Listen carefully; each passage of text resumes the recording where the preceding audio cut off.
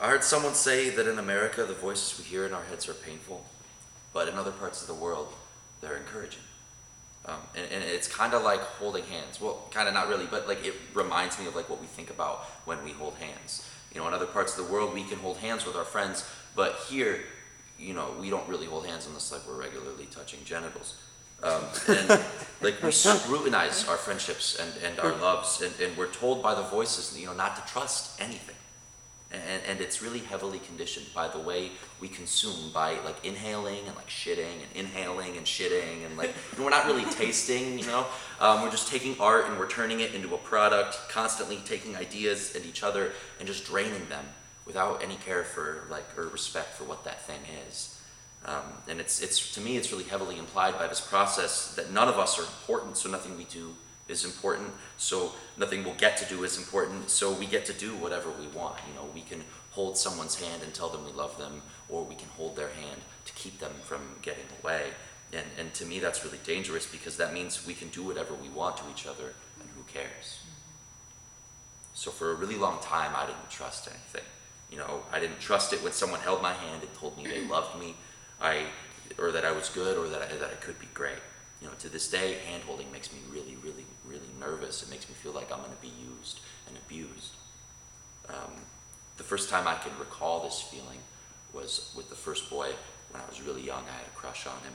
And I grew up with an entitlement pinned to my back, thinking that it was okay to be this way, to be possessive. So with that first one, that boy, I wanted all of his attention. I wanted him to be my best friend and no one else's, because I thought that's what love was, because I thought that I loved him. Now we're in the future here, right? And so hi, welcome to the future, you know. And yeah, we can all say that's not love. Obviously, looking back, not love. But I think we've all felt like that about the people that we love.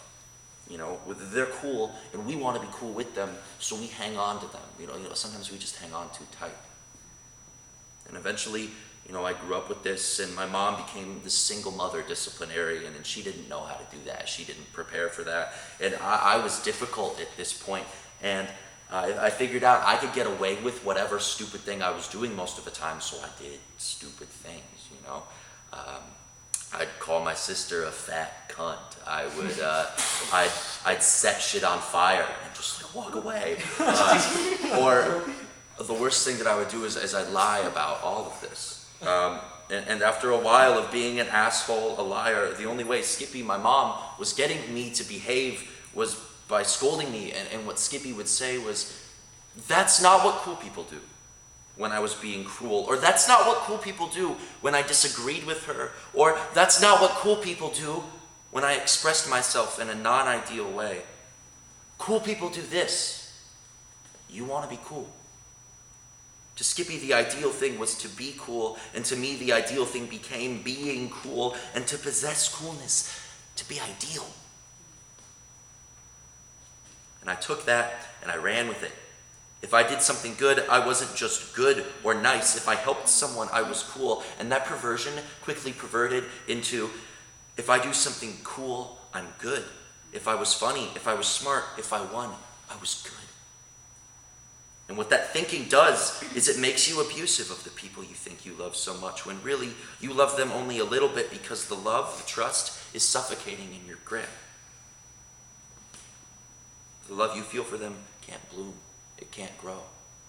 You're like Frankenstein's monster, you know, scaring the villagers away, looking for love in all the wrong ways, in all the wrong places. So I did that. I went looking for love in the shape of something cool. And I never found it, because it always disappeared, because what I was looking for was never there to begin with. It's conditioned. It's really conditioned.